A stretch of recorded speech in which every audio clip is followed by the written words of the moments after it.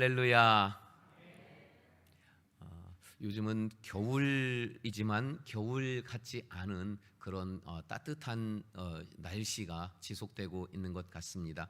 그래도 감기는 유행이라고 하오니 감기 조심하시고 건강도 잘 살피실 수 있기를 바랍니다.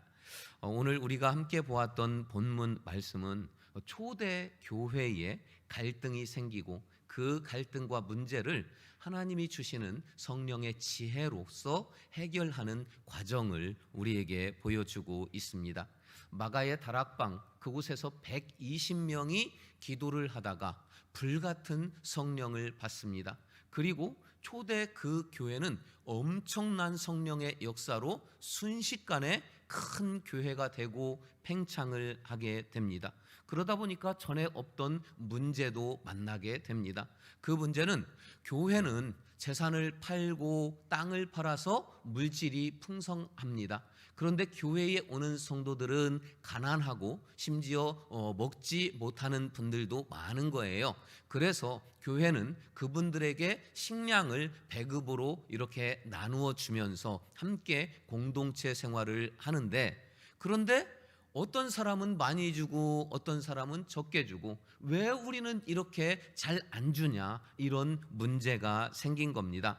1절에 보니까 그때에 제자가 더 많아졌는데 헬라파 유대인들이 자기의 과부들이 매일의 구제에 빠짐으로 히브리파 사람을 원망하더라, 이런 문제를 만나게 됩니다.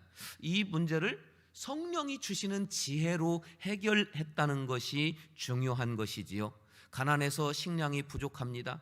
교회가 넉넉하고 풍성하니 그 식량을 성도들에게 나누어 줍니다. 전에 없었던 새로운 사역이 만들어졌어요. 그런데 그 사역이 점점 더 많아지다 보니까 이제는 본질적인 말씀과 기도에 집중하던 12 사도들마저도 그 식량을 나누어 주고 하는 그 일에 함께 매진할 수밖에 없는 상황이 되었다는 것입니다. 이때 문제의 본질로부터 접근을 해서 해결을 했다는 이 점들을 우리가 오늘 확인해 보려고 하는데요. 먼저 본문 말씀을 보니까 2절부터 4절 말씀에는 12사도가 모든 제자를 불러 이르되 우리가 하나님의 말씀을 제쳐놓고 접대를 일삼는 것이 마땅하지 아니하니, 형제들아 너희 가운데서 성령과 지혜가 충만하여 칭찬받는 사람 7을 택하라. 우리가 이 일을 그들에게 다 온전히 맡기고 우리는 오로지 본질대로 기도하는 일, 말씀 사역에 힘쓰리라. 말씀만 2절부터 4절을 보아도 어떤 지혜로 어떻게 이 문제를 해결했는지 우리가 확인을 할 수 있습니다. 이렇게 본질적인 문제로 접근을 하고 문제만 크게 보던 그 처음의 어리석은 시각에서 본질로부터 접근을 했더니 아름답게 유쾌하게 해결이 되었습니다. 오늘 7절 말씀에 보니까 하나님의 말씀이 점점 왕성하여 예루살렘에 있는 제자의 수가 더 심히 많아지고 허다한 제사장의 무리도 예수 그리스도를 영접했다, 이런 결과가 나옵니다. 자, 결과를 3가지로 요약을 해봤더니 하나님의 말씀이 점점 왕성해져 갔다. 그리고 제자의 수가 더 많아졌는데 보통 많아진 것이 아니고 심히 많아지는 엄청난 속도로 교회가 성장하고 부흥하더라. 3번째는 그 중에는 수많은 제사장들의 무리도 예수님을 영접했는데 이 제사장들이 누굽니까? 예수님을 십자가에 못 박은 장본인들이었어요. 제일 안 믿겠다고 하는 사람들마저도 그 상당한 숫자 대부분이 예수님을 구주로 영접을 했다 하는 것입니다. 초대교회는 성령의 지혜로 이 문제를 해결하면서, 중요한 것은 교회가 부흥했다 이것보다 오늘 우리는 문제 해결하는 그 방법, 이것을 좀 집중해 보고자 합니다. 본질에 입각한 해결이었다는 거예요. 본질은 그렇습니다. 문제만 바라보면 본질이 흐려지게 되지만 정작 중요한 것은 본질이기 때문에 이 중요한 본질에 입각한 문제 해결, 이것은 하나님께서 성령을 통해서 주신 지혜가 아니면 안 되더라는 것입니다. 자, 2000년을 이어온 기독교 역사를 살펴보면요, 수많은 교회들이 있었고 수많은 이단들도 있었습니다. 교회든 이단이든 오랜 세월을 이어오면서 흥망성쇠를 거듭해 왔습니다. 지난 2020년 1월 달 초부터 코로나 팬데믹으로 인해서 3년 동안 전 세계적으로 모든 사람들, 모든 교회들이 이 팬데믹이라고 하는 어려움을 겪어야만 했습니다. 심지어는 모여서 예배조차 할 수 없었습니다. 그나마 간신히 예배를 드리게 되는 상황이 되자 나라에서, 국가기관에서 와서 예배하는 인원 수를 세어봅니다. 그 인원수가 지나치면은 못하게 합니다. 이런 일들은요, 심지어 일제강점기에도 없었던 현상, 국가에서 예배 인원까지도 감시하고 조절해야 하는 그런 웃지 못할 너무 안타까운 과정을 우리는 겪어왔습니다. 코로나로 인해서 대부분의 교회들은 타격을 받았습니다. 성도의 수가 줄었습니다. 그리고 헌금도 당연히 줄었지요. 그리고 문 닫은 교회들이 많이 나왔습니다. 더 큰 문제가 뭔지 아십니까? 전문가들은 하나같이 말하고 있습니다. 앞으로 제2, 제3의 코로나는 분명히 올 것이다 라고 예측하고 있습니다. 그런데요, 이 코로나 이후에 교회의 상황을 우리가 냉정하게 보면은 세 가지로 분석이 이미 이루어지고 있지요. 코로나 이후에 쇠하는 교회가 나타납니다. 망하는 교회, 문 닫는 교회가 나타납니다. 그리고 반면에 흥하는 교회로 나누어질 것입니다. 반면에 코로나 3년 동안 오히려 교회가 전혀 코로나의 타격을 받지 않고 오히려 성장하고 부흥한 교회들도 간간히 있었다는 것을 아십니까? 그 교회들을 분석을 해봤어요. 그랬더니 세 가지의 특징이 나타났습니다. 먼저는 제자 훈련이나 또는 성경 공부 등 소그룹 활동이 왕성한 교회, 이런 교회가 성장했든지 타격을 받지 않았습니다. 두 번째로는 가정 예배가 왕성한 교회, 타격받지 않았거나 성장했습니다. 세 번째 특징은 주일학교가 왕성한 교회였다는 결과가 나왔습니다.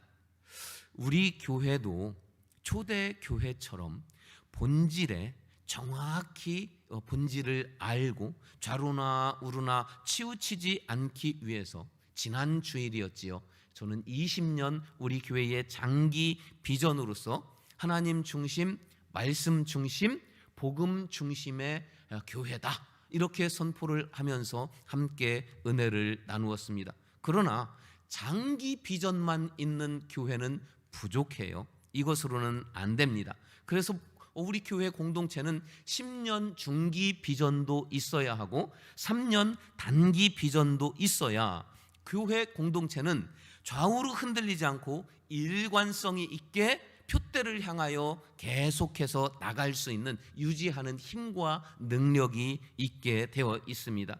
제가 작년 3월 달에 부임을 했지만 곧바로 교회의 비전을 확정하고 진행하고 그렇게 하지 않았던 것은 충분히 분석할 시간이 필요했고요, 충분히 기도할 시간도 필요했고요, 충분히 검토할 시간도 필요했기 때문에 작년 1년을 그 기간으로 삼고 올 연초부터 우리의 비전을 이제 확정하고 선포하고 함께 나가는 것입니다.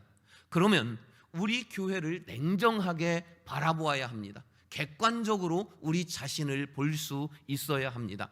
전체적인 시대적인 배경을 먼저 살펴봅니다. 우리 교회뿐만 아니라 대한민국의 모든 교회와 세계의 모든 교회는 동일하게 코로나19 팬데믹을 3년 동안 겪었습니다. 그리고 앞으로 또 겪을 가능성은 매우 많습니다. 그런가 하면 우리 교회가 직면한 우리만의 분석도 필요합니다. 이것을 영적으로 그리고 지리적으로 환경적으로 냉정하게 우리는 분석을 하고 그리고 진단을 해 봅니다. 먼저 우리 교회만의 영적인 분석을 하면 현 시대에 가장 흥한다고 하는 이단 신천지가 대전 본부이면서 중부 지역 본부인 신천지가 우리 몇백 미터 내에 함께 있습니다. 이단인 하나님의 교회도 바로 제가 볼 때 정면으로 한 200m쯤 앞에 있습니다. 그리고 대전에서 몇 번째 가지 않는 큰 절도 500m 이내 거리에 있습니다. 그런가 하면 교회는 서로 합력해서 하나님 나라를 확장하는 사명을 가지고 있습니다. 그렇지만 부득이하게 선의의 경쟁을 할 때도 있습니다. 대형 교회가 바로 한 100여 미터 앞에 있습니다. 그리고 우리 교회 주변 둔산 지역권 이곳으로 수백 명 정도의 규모가 되는 교회들이 정말 교단을 막론하고 즐비하게 우리 주변에 있습니다. 이것이 우리의 영적인 상황이요 현실입니다. 그럼 지리적으로도 우리 교회의 위치를 살펴볼 필요가 있지요. 우리 교회는 대전의 위치적으로 대전의 중심부에 있습니다. 그리고 또 많은 교회들이 있다 보니 이 주변으로 이주를 오시는 분들이 있어요. 믿는 분들이 많이 있습니다. 그분들은 선택의 폭이 넓다는 거예요. 그래서 대형 교회도 가볼 수 있고 조직이 잘 갖추어진 몇백 명 규모의 교회들을 두루 다니면서 예배를 직접 경험해 보고 어느 교회가 나의 영성과 신앙에 가장 적합할까 고민을 하고 기도를 하면서 교회를 결정을 합니다. 많은 분들이 그러다 보니까 우리 교회도 오시는데요. 우리 교회에 등록하지 않은 분들 중에서 평균을 내보았더니 매 주일 7분 정도가 우리의 교회에 아직 등록하지 않고 예배를 드리고 있습니다. 이분들은 제가 파악하기에 여러 교회를 두루 예배를 드리고 최종적으로 기도하며 섬길 교회를 결정하겠다, 이런 의도를 가지신 걸로 저는 보고 있습니다. 자, 또 우리 교회 주변의 환경을 살펴볼까요? 우리 교회 주변에 10년 전만 해도 대전에서 많이 낙후된 지역이었습니다. 오래된 건물들 그리고 주공 아파트가 바로 앞에 있었어요. 그러나 10년이 지난 오늘날 옛날 건물들 주변에서 찾아보기 힘듭니다. 새 아파트 단지가 들어왔고 큰 단지가 지금 공사를 진행 중에 있습니다. 그리고 우리 교회도 거기에 발맞춰야지 옛날 건물을 그대로 가지고 있어서는 안 되겠기에 4년 전에 리모델링 증축을 진행을 했던 것입니다. 그래서 이 모든 우리 교회의 위치를 환경을 분석을 해보면 우리 교회는 시대적으로나 상황적으로 영적 전쟁의 중심부에 있다, 이런 결론을 내릴 수 있습니다. 우리는 이 현실을 냉정하게 직시하고 인정을 해야만 합니다. 그런데 교회 역사를 살펴보면은 영적인 전쟁을 피하려고 도망다닌 교회들이 있어요. 그런 교회들은 계속 쇠해 나가다가 결국에는 사라집니다. 영적 전쟁을 했는데 전쟁에서 패한 교회들이 있어요. 그 교회는 다 사라졌습니다. 영적인 전쟁에서 승리한 교회들은 크게 흥하고 하나님께 쓰임을 받고 오래 존속이 됩니다. 영적 전쟁에서 승리했다가 세월이 흐르고 세대가 바뀌어 패배한 교회들은 사라졌습니다. 이게 실제로 교회 역사에서 그대로 나타난 현상입니다. 그러므로 우리 교회는 지금 망할 위기냐 흥할 기회냐, 그 가림길에 있습니다. 그리고 선택은 우리의 몫입니다. 기회는 많지 않습니다. 이것을 우리는 인정해야만 합니다. 성경은 이 영적인 전쟁에서 승리할 수 있는 방법을 정확하게 가르쳐 주시니 얼마나 감사한지 모릅니다. 먼저 우리가 그 원칙을 살펴보면 모든 교회는 영적인 전쟁을 피할 수 없는 숙명을 가지고 있다는 겁니다.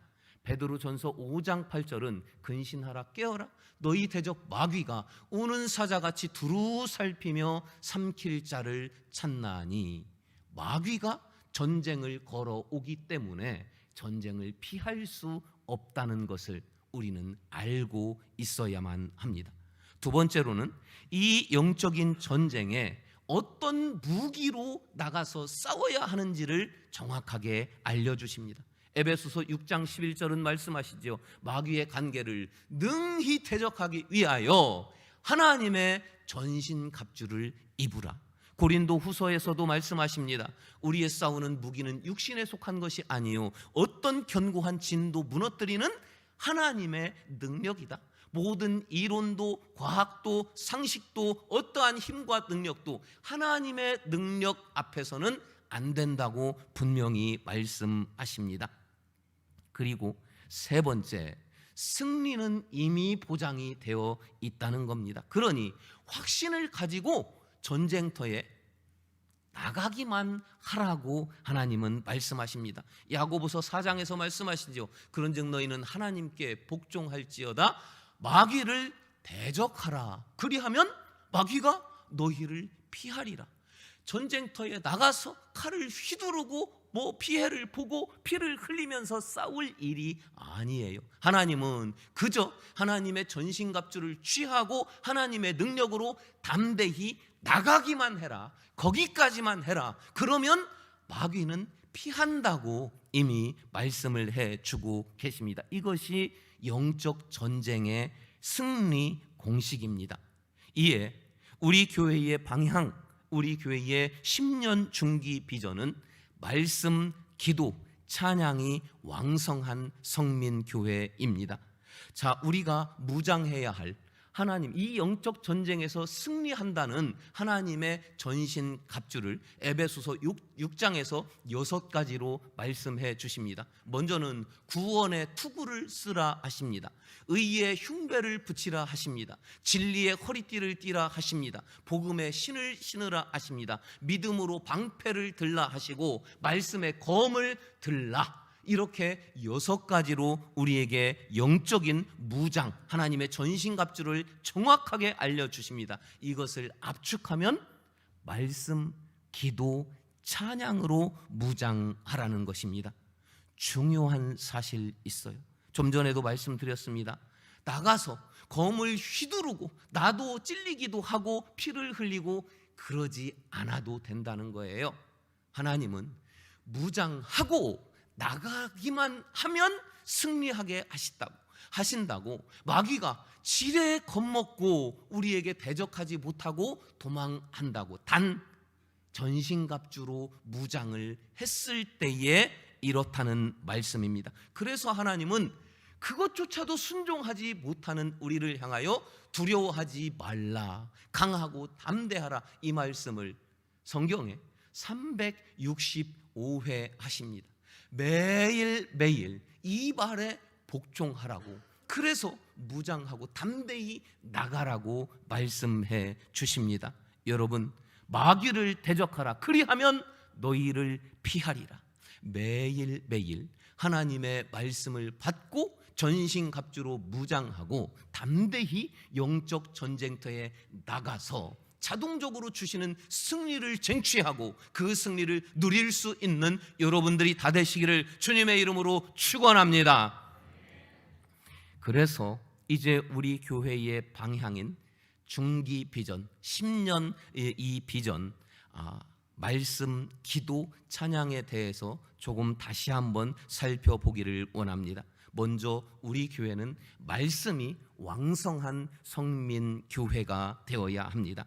하나님의 말씀이 왕성하면 말씀의 능력이 자연스럽게 나오게 되어 있습니다. 히브리서 4장 12절은 말씀하십니다. 하나님의 말씀은 살아있고 활력이 있어 좌우의 달선 어떤 검보다도 예리하여 혼과 영과 및 관절과 골수를 찔러 쪼개기까지 하며 마음의 생각과 뜻을 판단하니 지으신 것이 하나도 그 앞에 나타나지 않음이 없고 오직 만물이 우리의 결산을 받으실 이의 눈앞에 벌거벗은 것 같이 드러난다 하면서 말씀의 능력을 우리에게 가르쳐 주십니다. 여러분 시편 119편 105절 아시지요? 주의 말씀은 내 발의 등이요 내 길의 빛이니다. 같은 말씀이 두 번 반복된 게 아니에요. 내 길의 빛이다. 내 인생의 방향에 등대를 비춰 주시어서 좌우로 흔들리지 않고 방향성을 장기적으로 알려주시는 것이고, 내 발의 등이다. 하루하루 한 길 한 길 한 걸음 한 걸음을 그 등을 보고 넘어지지 말라고 안내해 주신다는 겁니다. 이게 하나님의 말씀입니다. 여러분, 하나님의 말씀에 의지하면 인생에서 낙오할 일이 없습니다. 그리고 표대가 명확하기 때문에 좌로나 우로나 흔들리지 않게 됩니다. 무엇보다 말씀이 왕성하여 말씀 앞에 그 검에 의해서 우리의 부족하고 연약한 자아들이 깨지고 부서지고 그리고 다듬어지고 다시 세워지는 이 능력을 힘입어야만 하겠습니다. 말씀의 능력으로 나아가서 담대하게 나아가서 영적인 전쟁에서 승리할 수 있는 우리 교회요, 모든 성도들 한 분 한 분 교회들이 되시기를 주의 이름으로 축원합니다. 두 번째로 우리 교회는 기도가 왕성한 교회이어야만 합니다. 기도가 살아있는 교회는 기도의 능력과 역사가 나타난 것 당연한 것 아니겠습니까? 사무엘상 1장 27절 함께 보십니다. 이 아이를 위하여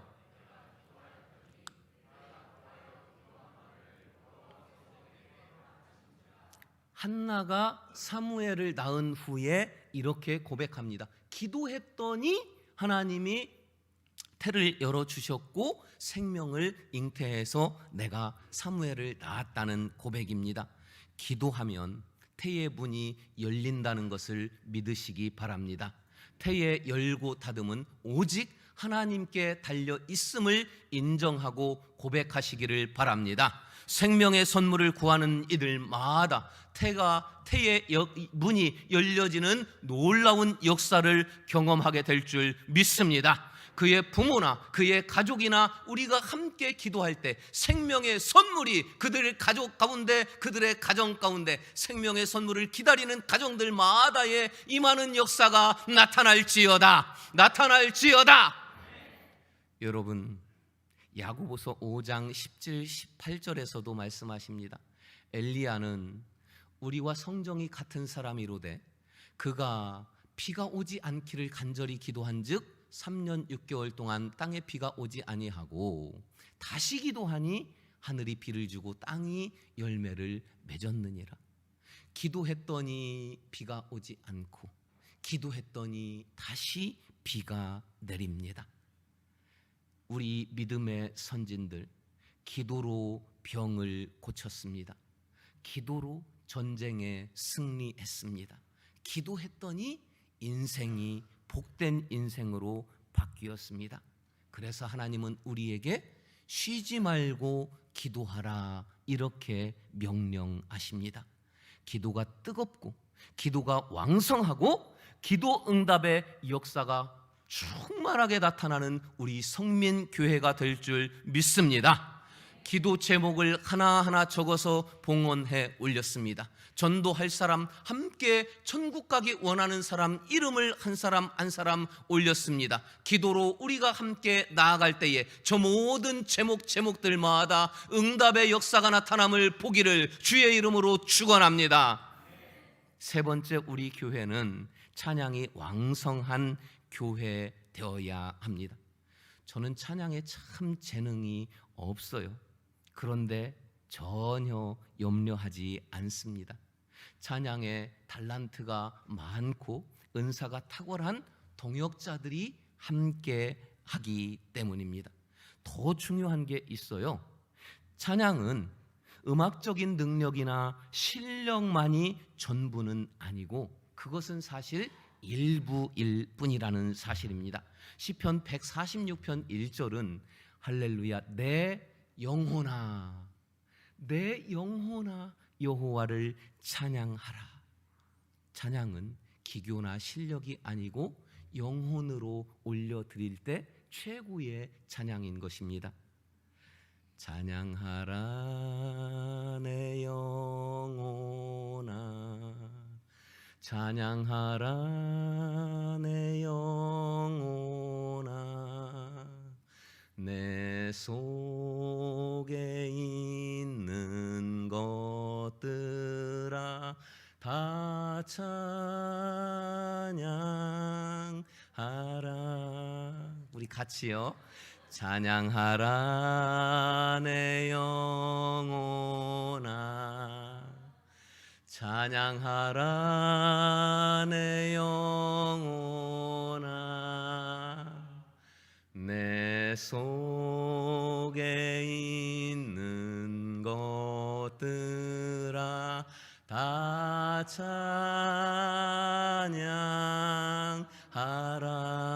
찬양하라. 음치도 박치도 전혀 재능이 없어도 영혼의 찬양을 올려드릴 때 하나님은 가장 기뻐하십니다. 여러분, 말씀과 기도와 더불어서 찬양으로 무장하고 나가서 하나님이 주시는 그 승리를 마음껏 누리게 되시기를 주의 이름으로 축원합니다. 이제 말씀을 마치려고 하는데요, 지난 주중에 우리 송찬욱 전사님이 참 바빴습니다. 우리 교회 홈페이지를 좀 다시 정비를 했는데요, 전사님이 유능하니까 잘 다 하는데 저한테 목사님 다른 건 제가 다 할 수 있는데 우리 교회 홈페이지 방문했을 때 그 첫 인사 이건 목사님 좀 해주세요 그러는 거예요. 알았다고. 그래서 그 첫 인사로 오늘 말씀을 마무리하려고 합니다. 성민교회 방문을 주님의 이름으로 환영합니다. 성민은 거룩한 백성으로 하나님 나라의 주인공이라는 의미입니다.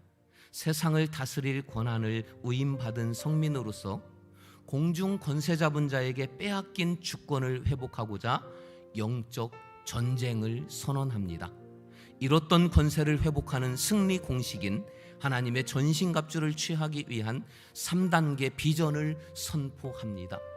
그러면서 단기 비전, 오늘 말씀 기도 찬양이 왕성한 이 중기 비전, 하나님 중심, 말씀 중심, 복음 중심의 장기 비전을 소개를 했습니다.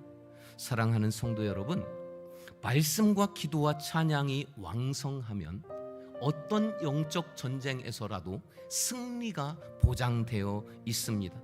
저는 여러분들을 위해서 부지런히 기도하면서 최고의 만난 꼴을 섬기기 위해서 말씀 붙잡고 씨름하는 것을 게을리하지 않기로 다시금 다짐합니다. 그런데 그것만으로는 부족합니다. 그래서 찬양의 불같은 은사가 있는 동역자들과 함께 섬기고 있습니다. 그런데 그걸로도 부족해요. 마지막 한 가지가 완성되어야 하나님의 전신갑주를 취하는 것입니다. 그것은 바로 성도의 모임입니다. 모이기를 힘써야 합니다. 모이지 못하게 하는 것은 사탄의 가장 중요한 전략입니다. 그래서 지금도 사탄은 어떻게 하면 성도로 하여금 모이지 못하게 할까를 고민 중에 있는 것입니다. 말씀, 기도, 찬양은 성도의 여러분의 모임을 통해서 완성되는 것입니다.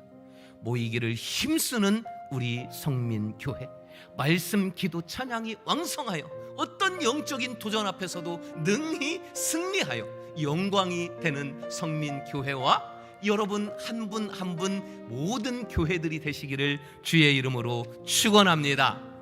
우리 함께 일어서서 결단하고 찬양하기를 원합니다.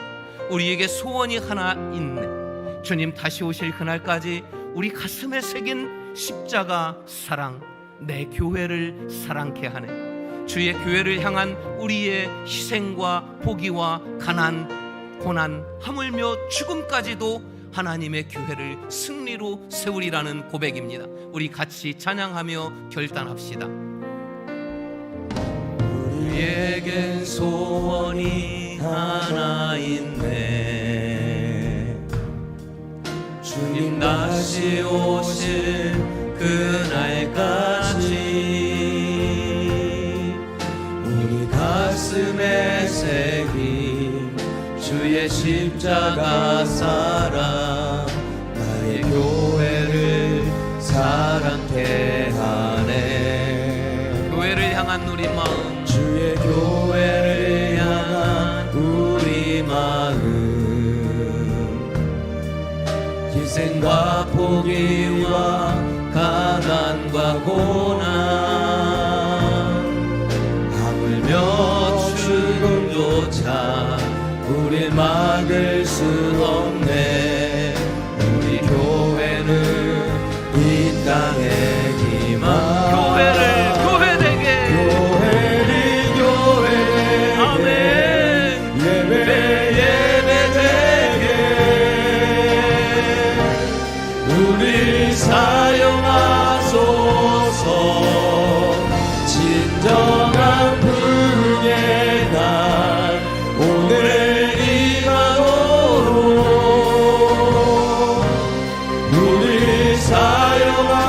고백합시다. 교회를 교회되게, 교회를 교회되게, 예배 예배되게 우리 사용하소서. 진정한 부흥의 날 오늘 임하도록 우리 사용하소서. 사랑하는 성도 여러분, 사랑하는 교회 여러분, 우리는 영적인 전쟁을 피할 수 없습니다. 우리는 담대히 나아갈 것입니다. 그리고 반드시 승리할 것입니다. 이제 우리는 말씀과 기도와 찬양으로 무장하고 담대히 저희 영적인 전투에 나갈 것이오니 하나님, 나로 말씀과 기도와 찬양으로 온전히 무장시켜 주옵소서. 승리의 영광을 보게 하여 주시옵소서. 우리 주여 세 번 부르시고 함께 기도하십니다. 주여 주여 주여. 할렐루야 할렐루야. 은혜로 오신 아버지 하나님 감사합니다. 하나님의 말씀의 능력을 힘입기를 원합니다. 말씀이여 우리 가운데 임하여 주시옵소서. 말씀이여 우리를 이끌어 주시옵소서. 말씀이여 우리에게 능력으로 역사하여 주시옵소서. 하나님 아버지, 기도로 나가기를 원합니다. 기도하기를 쉬지 아니하는 자가 되기를 원합니다. 하나님이여 기도의 능력, 기도의 기적을 보게 하여 주시옵소서. 기도로 승리케 하여 주시옵소서. 아버지 하나님, 내 입술이, 내 마음이, 그리고 이것을 뛰어넘어 내 영혼이 하나님을 찬양하며 고백하기를 원합니다. 찬양하는 사람 되게 하여 주시옵소서. 말씀과 기도와 찬양이 왕성한 내가 되게 하여 주시고, 우리가 되게 하시고, 우리 교회가 되게 하여 주시옵소서. 교회를 교회되게, 예배 예배되게 우리 사용하소서.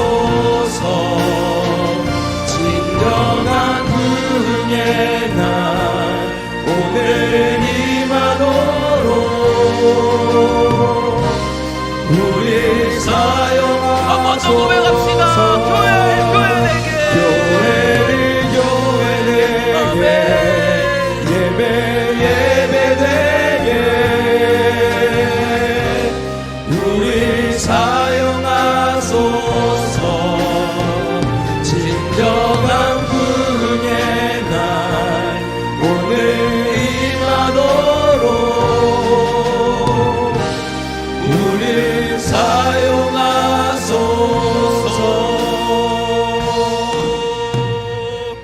아버지 하나님, 우리는 영적인 전쟁을 피할 수 없는 교회들입니다. 교회로 불러주시고 세워주심을 감사합니다. 이제 주의 말씀과 기도와 찬양으로 무장시켜 주시옵소서. 이 하나님의 전신갑주를 취하고 저 영적인 전쟁에 강하고 담대함으로 나갈 수 있도록 성령이여 우리 가운데 함께하여 주시옵소서. 나가기만 하면 모든 마귀는 두려워 떨며 도망한다 하셨사오니 하나님의 말씀의 능력으로 승리의 영광의 주인공이 되게 하여 주시옵소서. 지금은 우리 구주 예수 그리스도의 은혜와 하나님 아버지의 영원하신 사랑하심과 성령의 감화 감동 인도 승리케 하여 주심의 이 역사가 말씀과 기도와 찬양으로 전신갑주를 취하여 저 영적인 전장에 담대히 나아가기를 결단하는 이곳에 있는 모든 주의 교회들 머리 위에, 저들의 가정과 저들의 삶의 자리 위에, 그리고 승리의 영광의 여정 위에 지금부터 영원토록 함께 하시기를 간절히 축원하옵나이다. 아멘.